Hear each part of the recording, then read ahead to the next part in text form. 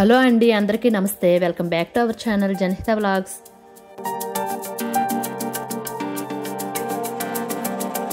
Friends, ఈరోజు అయితే నేను మరో మంచి వీడియోతో మీ ముందుకు వచ్చేసానండి. అదేంటంటే నేను మార్నింగ్ రొటీన్ అనే వీడియో చేశానండి. అందులో మా తులసి కోట గురించి కొంతమంది నా కామెంట్ రూపంలో అడిగారు. తులసి కోట కాస్ట్ ఎంత పడింది, ఎక్కడ తీసుకున్నారు, అలాగే తులసి కోట గురించి అయితే ఒక వీడియో చేయండి అని చెప్పి, అలాగే పర్సనల్గా కూడా చాలామంది కాల్ చేసి అడిగారండి.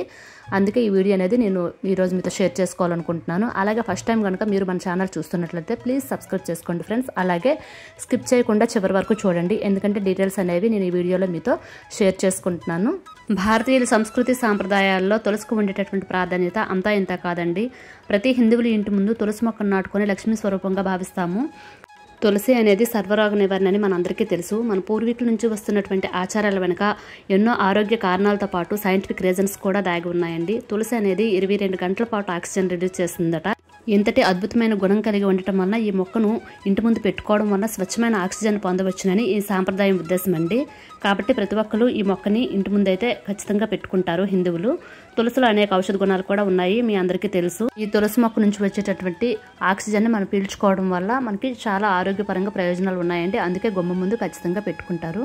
ఈ తులసి కోట డీటెయిల్స్లోకి వెళ్లే ముందు తులసి కోటని ఏ విధంగా క్లీన్ చేసుకోవాలనేది కూడా మీతో షేర్ చేసుకుంటున్నానండి. నేనైతే ప్రతి బుధవారం కంపల్సరిగా తులసి కోటను అయితే క్లీన్ చేసుకుంటానండి. వీక్లీ ఒకసారి క్లీన్ చేయడం వల్ల పెద్దగా డస్ట్ అనేది ఏమి ఉండదు. అలాగే ఇక్కడ జిడ్డు అనేది కూడా ఏం పట్టదు. జస్ట్ లైట్గా బ్లాక్ కలర్లో కొంచెం మసిబారుతుంది అంతే. నేను దీనికోసం అయితే ఒక కొత్త స్క్రబ్బర్ అయితే యూజ్ చేసుకుంటున్నానండి. నేను ఈ క్లీనింగ్ కోసం అయితే విమ్ లిక్విడ్ తీసుకుంటున్నాను. విమ్ లిక్విడ్ జెల్ ఉంటుంది కదా, గిన్నెలు క్లీన్ చేసేది, అదైతే ఒక 2-3 డ్రాప్స్ వేసుకుంటే నీట్గా క్లీన్ అయిపోతుందండి. మనం దీపం పెట్టిన దగ్గర మాత్రం కాస్త బ్లాక్ కలర్గా అయితే వస్తుంది నొరగా, మిగతాదంతా నీట్గానే ఉంటుంది. ఈ విధంగా మొత్తం అయితే నేను క్లీన్ చేసేసి వాటర్తో అయితే ఈ విధంగా క్లీన్ చేసుకుంటున్నానండి.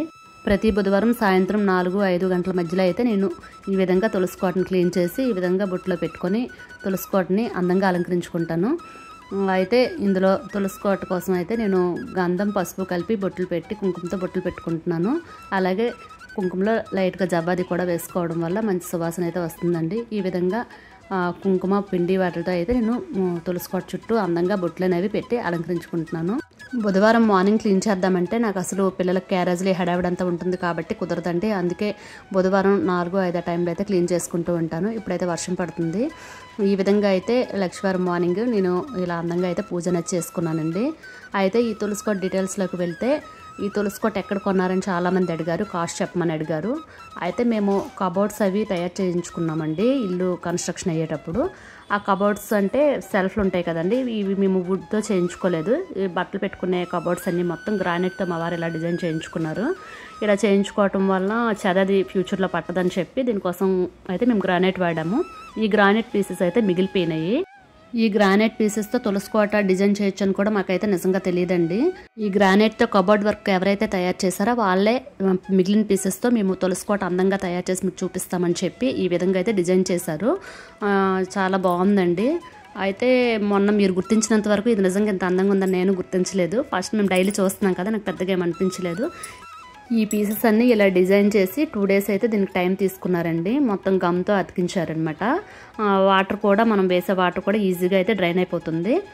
అలాగే గ్రానైట్ చాలా హెవీ బరువు అయితే ఉందండి. ఇది పైకి తీసుకొచ్చేటప్పుడు కూడా మాకు కొంచెం కష్టమైంది, కానీ డిజైన్ అయితే చాలా బాగా చేశారు.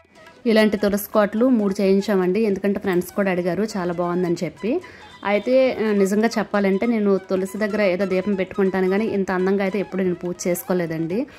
మీరు ఇంత బాగుంది, చాలా బాగుంది అక్క తులసి కోట అని చెప్పి అందరూ అనేసరికి ఇంత అందమైన తులసి కోటని ఇంకా బాగా అలంకరించుకుంటే బాగుంటుంది కదా అని చెప్పి అయితే నేను ఈరోజు చాలా బాగా పూజ చేసుకున్నాను. మనసుకు చాలా హాయిగా అనిపించిందండి. అలాగే నా మార్నింగ్ రొటీన్ వీడియోలో అయితే ఒకరు కామెంట్ పెట్టారండి, చాలా చాలా నచ్చింది నాకు. ఏంటంటే అక్క తులసి కోట చుట్టూ ఇంకా మొక్కలు పెట్టి అలాగే కృష్ణుడి బొమ్మ కూడా పెడితే చాలా బాగుంటుంది అని.